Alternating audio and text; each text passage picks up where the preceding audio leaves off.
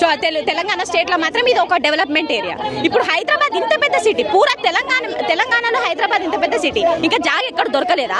ఇంత మంచి నేచర్ ని మీరు ఇంతగానో ఆ ల్యాండ్ గురించి మాట్లాడుతూ ఉన్నారు. 400 ఎకరాలు మా యూనివర్సిటీ అని మాట్లాడుతున్నారు, కానీ అసలు ఆ ల్యాండ్ కు ఈ యూనివర్సిటీకి ఎలాంటి సంబంధం లేదు. యూనివర్సిటీకి సంబంధం లేనప్పుడు బుల్డోజర్లు మా యూనివర్సిటీలో ఎందుకున్నాయి? యూనివర్సిటీకి సంబంధం లేదు. 400 ఎకరాల్లో ఉన్నాయి మా యూనివర్సిటీ అండి, మేమున్నది అది మా క్యాంపస్ లోపల ఉన్నది, మా కంపౌండ్ లోపల ఉన్నది. అది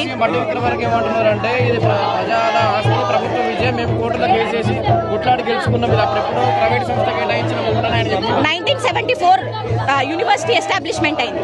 అప్పుడు మాకిచ్చింది యూనివర్సిటీ ల్యాండ్ కేవలం అకాడమిక్ పర్పస్ కి మాత్రమే యూజ్ చేయాలని, అవునా కదా? యూనివర్సిటీ ల్యాండ్ అకాడమిక్ పర్పస్ కి యూజ్ చేయడం. ఇప్పుడు యూనివర్సిటీ ల్యాండ్ కాదని చెప్పినప్పుడు యూనివర్సిటీ స్టూడెంట్స్ ఎందుకు రేగుతున్నారు నాకు అర్థం కాదు. ఇప్పుడు పెయిడ్ ఆర్టిస్టులు వాళ్ళందరూ చేస్తున్నారంటే మీకు మీడియా కలో లేదు, కానీ లోపల వచ్చి చూడండి ఎంత మంది, వందల జనాలు ఒకే మోటో మీద ఉన్నారు, వందల స్టూడెంట్స్. వాళ్ళకి ఏం అవసరం క్లాస్ లో వదిలిపెట్టుకొని చేయడానికి? అంటే ఇప్పుడు ఈ గేట్ల మధ్యలో ప్రొటెస్ట్ చేయడం అంటే ఈ మాత్రం స్వేచ్ఛ, ప్రొటెస్ట్ చేసుకునే స్వేచ్ఛ కూడా లేదు తెలంగాణలో. ఏం చెప్తారు సీఎం గారికి పర్సనల్ గా నేను ఓటేసానండి.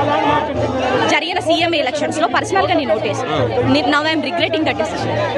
ఎందుకంటే ఆయన మాకు మా పేరెంట్స్ మా ఫ్యామిలీస్ చెప్పింది ఏంటంటే కాంగ్రెస్ పరిపాలన వస్తే పిల్లల భవిష్యత్తుకి ఎంప్లాయ్మెంట్ కి వాళ్ళు ఆలోచిస్తారని చెప్పి. అది ఇక్కడ పిల్లల భవిష్యత్తుని తీసేసి వాళ్ళు కట్టుకునే డెవలప్మెంట్ ఎవరికి ఉపయోగం అండి? ఇప్పుడు స్టేట్ భవిష్యత్తు బాగుంటుందని కాంగ్రెస్ కోటేశారు, మరి ఇప్పుడు ఎలా ఉంది? ఇప్పుడు రిగ్రెట్ అవుతున్నా నేను ఆ డెసిషన్ ని రిగ్రెట్ అవుతున్నా నేను.